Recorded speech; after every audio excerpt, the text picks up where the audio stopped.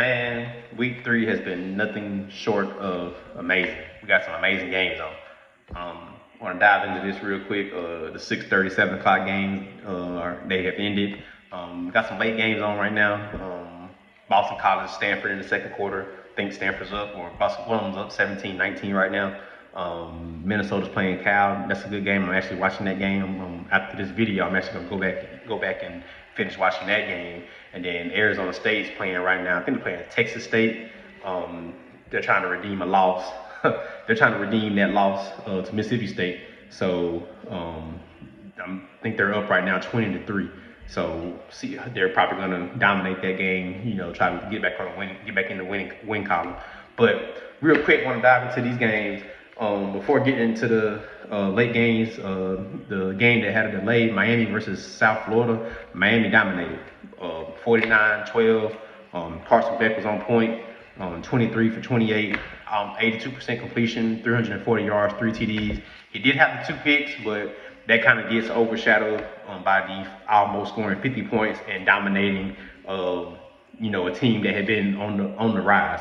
What does this say about Florida? Florida's not that good. It's probably over a 75% chance, probably greater, that Billy Napier is fired at the end of this season. They took a loss to LSU. We'll talk about that later on. But they did take a loss to LSU. They don't look good. So now what does this mean for South Florida going forward? It's hard to see them get into the playoffs now, even if they win their conference championship in the season with only 1 loss. And, you can't really hang your hat on that Florida game, because if Florida gets completely drugged in their conference, then you can't really say, oh, we beat Florida. Well, everybody's beating Florida. So you can't really hang your hat on that. It's going to be hard for the committee to justify putting South Florida in, even if they finish the season with just 1 loss against Miami, just based off of, strength of schedule, opponents that they play, things of that nature. If they would have beat Miami, different story. I think Miami knew what they were getting to. Miami knew you let this team hang around too long, and you got a chance to take an L against this team, and they knew that, and they came out and took care of business. Of course, on the defensive side of the ball, Ruben Bain, he handled business. Ruben Bain is probably going to end up being a 1st-round pick if he keeps playing the way he's playing. I think he was projected. If he comes out next year, he was projected as a 2nd-round pick. The way he's playing like a 1st-round pick. Each year you go back and look at his stats, he's trending upward. He's looked better every year. And so now, this being his junior year, if he comes out this year, it's a chance he's a 1st-round pick. Early 1st-round pick, I'm not sure, but he's definitely looking like a 1st-round pick, mid, late, maybe 1st-round pick. He's playing lights out right now at defensive end. By the end of this year, Ruben Bain is probably going to be top 5 in terms of the defensive end prospects if he comes out this year. But Miami looks good. They got Florida next week. I think a lot of people are going to pick Florida. A lot of gambling people, a lot of people that bet are going to probably bet on Miami to win this game. It's not looking good for them. Miami do got to travel to Tallahassee to play Florida State. That's going to be an interesting game right there, because these 2 teams could be 1 and 2 at the end of the year. There are no divisions in the ACC no more. So this could be a preview of the ACC championship, Florida State versus Miami. So we'll see how that plays out. But that's down the road. But Miami took care of business. They showed up. They showed out. The running game was there. I like that they ran the ball. Mark Fletcher had 16 touches for 120 yards and 2 TDs. Broke off like a 38, 40-yard run in the game. They took care of business. So South Florida has nothing to be discouraged about. Head coach Ghosh, he has to tell his guys, hey, that was a good team that they played against. They can learn from this. They can run their conference. I don't really see anybody in their conference that can stop them. At this point, you look at South Florida's schedule. Only team that really stands out to me is Memphis. Memphis is the only team that stands out right now. Of course, Tulane, side note, Tulane took down Duke. Good job, Tulane. Group of 5, beating up on Power 4 team, you like to see it. Tulane beat Duke 34-27. Good, congrats to Tulane for that win right there. But going back though, it's really I see South Florida, Memphis, and Tulane as the three horses in the American Athletic Conference. South Florida has a chance to be at the end competing for the conference. Like I said, the only team they don't play, they do play Memphis. They don't play Tulane though. So we'll see. But I can't see South Florida getting into the playoffs even if they win out. If they win the rest of their games and just have this one loss against Miami, it's hard for me to see the committee putting them in just based off of strength of schedule, conference opponents, things of that nature. But you never know. Crazier things that happen, look at Florida State. They went undefeated, won their conference. They got left out because the committee said, well, you ain't got to start quarterback, so you're probably going to suck. I thought it was BS. I was on the side of the fence saying let them play. If they get in and they would have got their teeth kicked in, so be it. But for them to they got the short end of the stick. Alabama got in. Alabama got beat by Michigan. The rest is history. But who knows? Like I said, crazier things have happened. South Florida, they could possibly get in if they run the table, and this is their only loss at the end of the year. We'll just have to wait and see how it plays out. Moving on. Arkansas, Ole Miss, who had that as a shootout? Arkansas came to play. Ole Miss got the W 41-35, but Arkansas wasn't no slouch. Taylor Green, he showed up, 23 for 32, 305 yards passing, 1 TD. His legs were a big part of this game. 14 rushes for 115 yards. The defenses took the night off. Yeah, that happened for a lot of teams today. Defense took the night off, but Arkansas showed up. Ole Miss ended up outlasting them. Ole Miss's starting quarterback Austin Simmons, he came in to relieve the second string quarterback Trinidad Chambliss. I think he had an issue. He had some blood or something. He had got cut open or something, and he had to go get patched up. And so Austin Simmons limped onto the field literally to complete a drag in the back of the end zone. And then after that, he was done for the rest of the night. Chambliss came back in 21 for 29, 72 completion rate, 353 yards for 1 touchdown. But it was just crazy. Austin Simmons just literally limped out there. You could literally see him limping. Ball was snapped. He was still limping. Just threw it off his back foot, trying not to put no pressure on his ankle, and it was a touchdown. So they looked good. They looked good. Ole Miss, we gotta wait on Ole Miss. Ole Miss always looks good at the beginning of the year. That's just how they are. But then once they get to the nitty gritty of their schedule, that's when they start to falter. They got Tulane next week, as I just mentioned. Tulane coming off a win against Duke. Can Tulane sneak a victory out from under their noses? Maybe. We'll just have to see. They play next week. Tulane travels to Oxford. I'm gonna be watching that game because that's a game. If Ole Miss is not careful, they could fall into that trap. And thing about it, they play LSU after Tulane, so it's a good chance that they can be looking ahead over Tulane and get caught with the wool over their eyes, trying to look at LSU and take an L to Tulane. So we're gonna be looking at that. But Ole Miss came out, they dominated on the offensive side of the ball. It looked good. Defense had to tighten up a little bit. You let Arkansas score 35 points. You get a total of 526 yards put on you. You can't allow it to happen. So Ole Miss is gonna have to tighten up on that defensive side of the ball. I think they got Pete Golden still there. He's not. He got to work on that. That's why he wasn't at Bama for long, because Bama wasn't playing that. Bama was known for their defense. So they got to work on that. 2 games. The next game I'm gonna talk about, Florida LSU. Man, Billy Napier, 9 times 10. This team was bad. Biggest takeaway I got from this game, dude. They had DJ throw the ball almost 50 times this game. He threw for exactly 49. He threw 49 attempts for only 287 yards. Dude, you're airing the ball out that much. That's not a good thing. You look at the ratio compared to throwing plays to passing plays. Dude, they threw 49 times compared to only 27 rush attempts. They doubled the amount of time they threw the ball compared to running. And out of those 27 rush attempts, they only rushed for 79 yards. Now LSU didn't rush but for 96 yards with 2 less attempts, 25. But then you go back and look at the completion rate. Nussmeier went 15 for 27. He didn't play his best game. He didn't play, his best. But 15 for 27 and 55%, basically 56 because it was 55.6%, so 56% completion rate for 220 yards compared to 33 for 49, 67% for 287 yards. He's throwing the ball that many times. Guess what?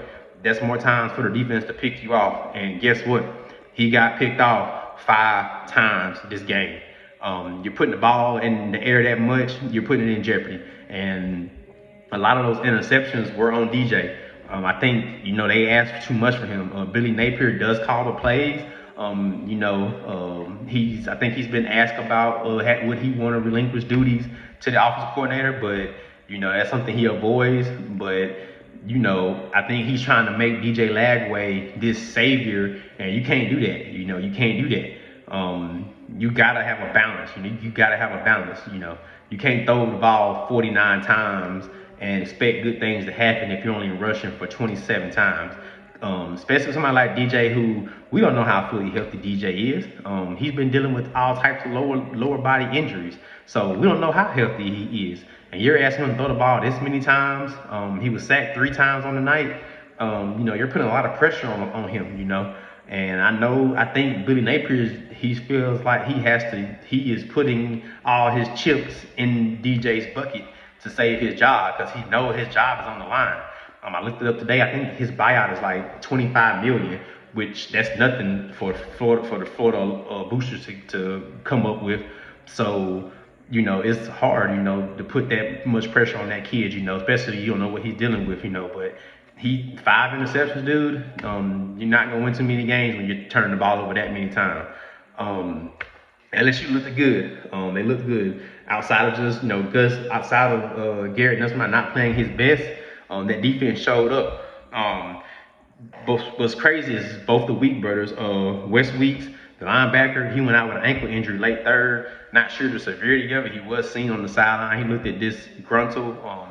Not sure how bad it is, but I guess we'll find out as the week progresses with when Brian Kelly does his weekly interview. We'll find out how bad it is.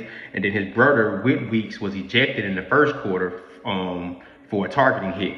So he will be back since it was early in the game. He served the ejection that game, so he'll be able to play during their next contest, which is going to be against Southeastern Louisiana. So that's a game they should win against the FCS opponent. But then after that, week 5, they travel to Ole Miss. So we'll see how that goes. LSU looks good. They look good. They looking like a playoff team right now. So we'll just see if they can continue this way. Man, Harold Perkins is a man. He was everywhere. He was in pass coverage. He was blitzing. He was in run stoppage. He was everywhere. Excuse me. Dude is an all-around baller. Dude's a baller. Had 6 tackles, 3 solos, 3 assists. Dude was everywhere making plays. Even if he doesn't show up in the stat chart, dude was everywhere making plays. He was being effective. The interceptions what killed me. 5 interceptions. Man, you can't have that. You can't have that. Florida, it doesn't get no easier after this. They got traveled up. They was on the road this week. They're on the road again, heading to play Miami after they just got done dusting South Florida. After South Florida beat Florida, so Florida has to do some soul searching between now and when they head to Miami to play them. But then after that, you got Texas A&M, Mississippi State, Georgia, Kentucky, Ole Miss, Tennessee, and Florida State. It doesn't look good. Billy Napier might be this might be his last season, his final season. Florida fans, they're not trying to deal with another mediocre season. They expect to be in the playoffs, and so this is going to be difficult. So we'll see how it goes next week, man. When they when they play their in-state rival, the Miami Hurricanes. We'll see how that goes. Man. South Carolina got hosed. Or as a lot of people were saying, South Carolina got BTA, belt to ass. Um, they look bad. I know a lot of people are gonna say, "Oh, Lenore Sellers was out." Lenore Sellers don't play defense. He did go out with a concussion. Langston Patterson hit him. Vanderbilt starting linebacker. Some people were saying Vanderbilt traded their starting linebacker for a W because he got ejected for the hit. But then Lenore Sellers was out for the rest of the game. I think they assumed it was a concussion. So he had to go through the concussion protocol. But they're saying that they traded their starting linebacker for a W. But Lenore Sellers don't play defense. So you can't put this on. You can't put this all on them.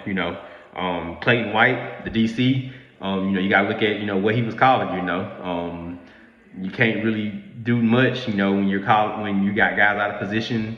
Guys aren't schemed up right. You had Diego Pave. He did his thing. 19 for 26, 73 completion percentage, 182 yards, 2 TDs, and 1 pick. Dude looked good. Overall, I think what really hurt South Carolina defense was the time of possession. Vanderbilt held the ball almost an extra 11 minutes more than South Carolina. When you have time of possession like that, it tires out your defense. And then it doesn't really help either when you look at the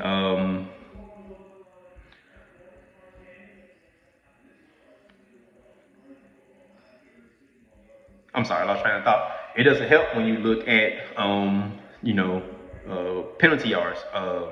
Man, this was a penalty-heavy game. South Carolina had 8 penalties to Vanderbilt's 5. South Carolina had 8 penalties for 85 yards. South Carolina had 5 penalties for 56 yards. Got to cut down on those penalties. That does not help you. I said this before. This ain't your granddaddy or your daddy's Vanderbilt. This ain't 1 in 11 Vanderbilt. This Vanderbilt team is starting to creep toward that upper echelon of SEC. We got a taste of it last year. This year, they're looking more hungry. South Carolina, was expected to make some noise, but we see now Vanderbilt is making more noise. They got 2 non-conference games against Georgia State and Utah, and then they travel to Alabama in week 6. That's going to be a good one. Alabama's looking for some revenge, and guess what? Vanderbilt's looking to make it two in a row against Alabama. They're trying to get their own tradition of beating up on a upper echelon team, because we all know Bama used to put BTA to Vanderbilt every single year during Nick Saban's tenure. So now is the table turning to where Kalen DeBoer is going to be getting BTA put to him by Vanderbilt? That would be real funny. Not for Bama fans, but for everybody else, that'd be real funny if Vanderbilt is putting BTA to Alabama, and like how Alabama used to do all those years during Nick Saban's time. So we'll see. But Vanderbilt came out to play. I think they pulled away late. They put away late in the third quarter. I think it was about it was 14-7 for a minute, but then they started putting away. It was a run break. Broke for about 30-80 yards, and that kind of did it away for them. I think Vanderbilt fans were not expecting that, but I think a lot of us weren't expecting it to be a blowout. So congratulations to Vanderbilt. South Carolina they got to figure some things out on defense. It can't just all be Dylan Stewart. They got to get pressure from other spots. DB's got to play better, but we'll see how they rebound. They got Missouri next week. Missouri's looking pretty decent. So we'll see how they go. I'm pretty sure Vanderbilt's going to be ranked after this, because South Carolina was number 11. Pretty sure Vanderbilt's going to jump to the top 25. But it was a good game, though. Good game by Vanderbilt. Good game by Diego Pave. Good game by that defense, So, final game, man, Texas A&M versus Notre Dame. Texas A&M won 41-40. Notre Dame really lost it on a botched snap on the field goal after they scored. They was scored 40. They had a chance to kick the field goal and get 41. It was a botched snap. The holder, he fumbled the snap, and they ended up not being able to kick the field goal, so they ended up on leaving with 40 points. Marcel Reed and Texas A&M drive down the field, and they score. He finds his tight end in the red zone for the touchdown. I think it was what's his name? Nate Bokerich found him in the end zone in man coverage. The one thing I saw, and I'm not saying, I'm not one of those people that, the refs lost in the game. You go back and watch that final play. The left guard, I want to say it was the left guard for Texas A&M, Chase Bisonets. Dude had a leg takedown on Donovan Hinch, the D tackle for Notre Dame. You go back and watch, dude had him wrapped around the leg and yanked him down as he was rushing Marcel Reed, and it was a no call. And I sat there and I was like, oh my God. That's one of the moments where, if you could challenge saying there should have been a holding call, Marcus Freeman would have threw that flag immediately. Because that was the no call right there. Chris Ash called a good game, he made sure if Marcel Reed was gonna beat him, it was gonna be with his arm, not his legs. But don't get me, he still got it in, 7 carries for 37 yards, but he did it through the air. He had 360 yards, only had 45% completion rating, 17 completions on 37 throws. But he made the throws when it counts. You got that lower percentage, you gotta make it count. Most of their touchdowns came on the ground. Le'Veon Moss had 20 touches for 81 yards and 3 TDs. So, when your ground game able to run the ball like that, I think they had a total of, 128 yards rushing. You get that much rushing yards, that helps out a lot. I think what also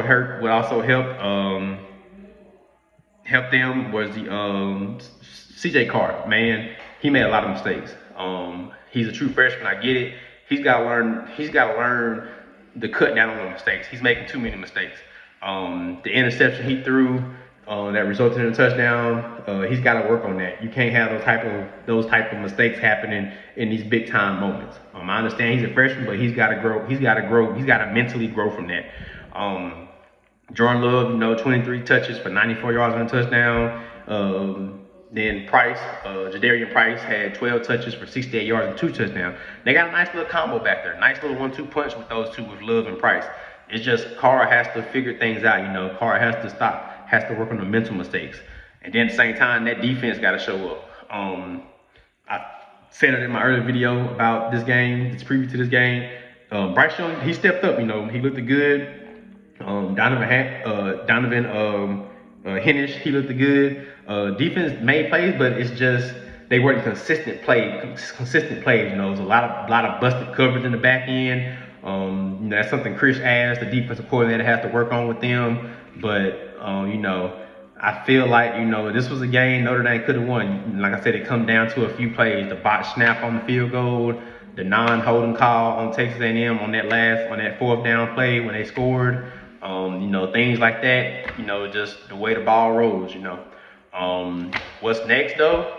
Notre Dame's playoff hopes, at this point, I think their playoff hopes are not in their hand. Even if they run the table, they got Purdue, Arkansas, Boise State, North Carolina State, USC, Boston College, Navy, Pitt, Syracuse, and Stanford. Nobody really jumps out right now. USC, we're still waiting to see what type of team they are. They did beat Purdue, but we're trying to wait to see how strong USC really is in the Big Ten.